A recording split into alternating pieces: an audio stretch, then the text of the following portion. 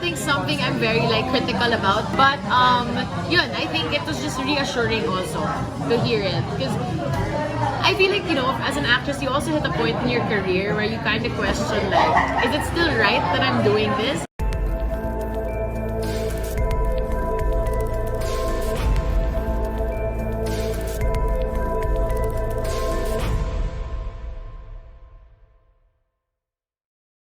Gusto ko yung scene mo with Ricky. I thank you. Nasa perfect. Sorry guys, focus tayo sa performance pag masyado sa personal. Yes, yes. Ano yung pinakagugutan mo? You know, I think if you get, kasi we shot that scene with Tina and Ricky a little bit later on na in our lock-in. So by that time, medyo naramdaman ko na yung energy nung pagkatatay niya and yung longing for a father. So I think it made it easier that we were a little bit later, naramdaman ko na yung character na Lani. So really more in character. And I think I've always had a soft spot for like father-daughter. Sobra. Yes. Ria was there earlier sa press con earlier. Medyo naging very emotional ka when you were mentioned by your mom that you're really doing good as far as your career is concerned and acting. What did you feel at that time? Overwhelmed. I think, you know, as children naman, parang all we want to do is make our parents proud, diba? Like, I'm sure it's not just me. To have heard it verbalized by my mom in front of me was just such an overwhelming and heartwarming experience. Hindi naman kasi kami big on words or, you know what I mean, like Instagram maybe once in a while, pag birthday once in a while, pero iba kasi yung in person na ganon, you hear it. Especially because acting, diba? Acting something I'm very like critical about. Oh my god, this music. But yun, I think it was just reassuring also to hear it. Because I feel like, you know, as an actress, you also hit a point in your career where you kind of question like, is it still right that I'm doing this? Am I still meant for this industry? Am I meant to act? And yun, I think it's a good sign for me that I'm in the right direction siguro. Bakit naman sumagi sa isip mo yan? Siguro it's it comes to it siguro with age. Diba I just turned 30 po? Eh, parang quarter life crisis to a certain extent. I mean, it's not that I've been so blessed with my career. ABS has given me such amazing roles. I've explored so much. But And you're good at it. oh, thank you po.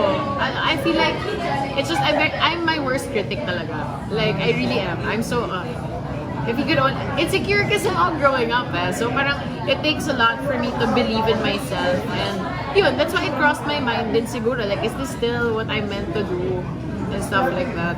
Ria, whose opinion matter to you? Parang kanina yung sinisig mo pagdating sa pagmamay ganyan. My peers, definitely. I always talk to, actually, Jake Cuenca is the person I talk to about this all the time na, you know, I mean, as much as what the fans say is super like heartwarming, it's still different when the respect and the praises come from your peers. And I think in the instance with my mom, she's not only my mom, she's also a veteran na peer ko as an actress. So I think that's why it's all just like, yeah. Pero dito ba may parang pag-feedback siya sa'yo during the shoot? You know what? Nothing. She really like gave me my own space as my own actress and I really appreciated that. Like, sobrang, it was nice to see na kaya pala namin maging professional with one another. Yung nahihiwalay namin yung pagiging mag-ina at pagiging co-actors. But then, you know, it somehow intertwines rin naman when we start acting.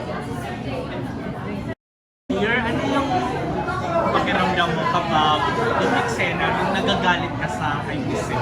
How difficult it is? Ang hirap nun for me. Actually, dun sa StoryCon kanina, diba, Direk was saying na he witnessed me after a scene na nag-I love you ako sa mom ko off-cam.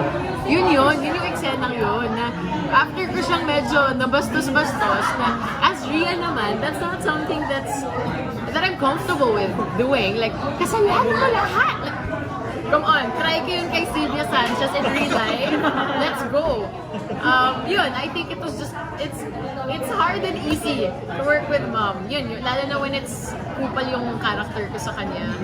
Medyo mas mahirap. Pero, again, she respects my professionalism as an actress, and we were able to detach our relationship as mother and daughter from scenes like that. Do you think this is like the start of something, you know, in the near future might happen again? Work with my mom again? Yes. I mean, ideally, pero diba, she's mentioned so many times that she plans to go on hiatus muna for the time being. So I'm really grateful to ABS, Dreamscape, for having given us the opportunity to do this before she takes that break of hers. Sobra. We waited, 7 years for us to work together since I started working. And in hindsight, parang perfect timing lang din lahat. Because had it been earlier, not for anything, but I'd like to think that now is my best self. I am my best self. And even in terms of acting, I feel like I've matured in that sense. And I think that now more than ever is the right time to work with my mom. Had I worked with her before, baka na pang-iwanan ako. Alam mo yun? Yeah. So, sad. Sad she's taking a break. But I'm glad we got to. Dear, paano mo binild up paano yung binild up yung chemistry niyo magkakapatid? You know Came it what? to you, yeah. It super came naturally. My relationship with Yana and Elijah, yung parang, yun nga, like kanina sa MediaCon, I said it fit like a glove. Magkaka-jive kaming lahat. Same taste in music, same yung paningin namin sa acting. We talk about it off-cam, and I like Elijah and Yana. They're such professionals. They're such good people, kind-hearted souls, and it's hard not to build chemistry with people like that. Super. Sila kasi friends din sila prior to this, di ba? So medyo ako na lang yung epal. But they were both so welcoming and so accommodating. Yes. Na-discover sa mom ko as an actor. Definitely. Kasi diba, yun nga, first time namin magkatrabaho, and all my life, everyone's like, masarap katrabaho nanay mo, mapagbigay na artista. And these are things that you kind of like, okay, she's a generous actress, okay, she's a good actress. Pero, the same way with Arjo, that when I worked with him, yung, okay, I get it now. I get it why she is Sylvia Sanchez. She is who she is because of how she is as an actress. Ang galing niyang katrabaho, ang galing niyang, like, her generosity as an actress is something that I witnessed firsthand finally, and I'm glad of that. You mentioned kanina you have a soft spot for dad and daughter. Yeah.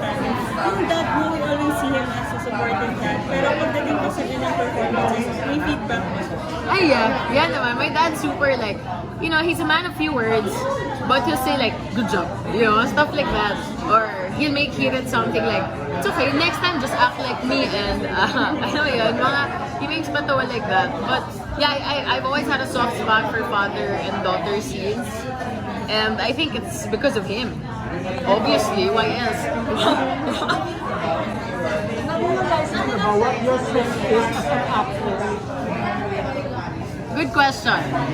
I think I'm still figuring that out.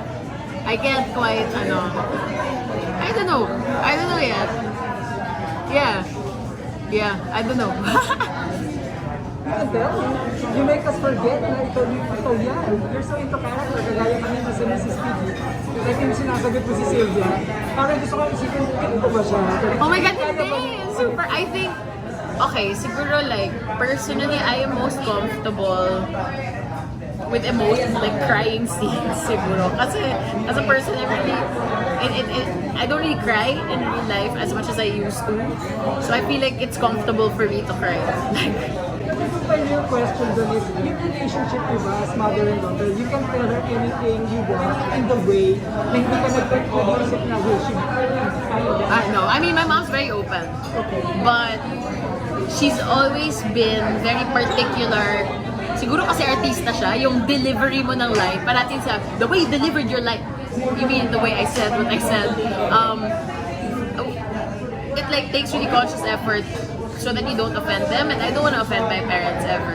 So I'm always, before I say anything, I try to really like, pinag-iisipan ko talaga bago, alam mo yun, because you don't want to say whatever you say kasi, hindi mo naman take back yun, di ba? So when it comes to talking, especially when it comes to talking to my parents, I'm very careful. How does Mrs. Piggy prepare you for the next project, for your next plans? You know what? Because of Mrs. Piggy, ang natutunan, each project that I do, parang may natutunan ako in terms of like acting or like in terms of blocking and stuff like that. I think ang pinaka nakuha ko sa Mrs. Piggy is connecting ulit. Reconnecting with your co-actors. Super. Na-re-establish yung importance nun to me. Anong month pala kayo shoot? March. Start of March, we shot, it was a 12-day lock-in taping. 12-day, 14-day, basta. It's parang 8 taping days total. You're known to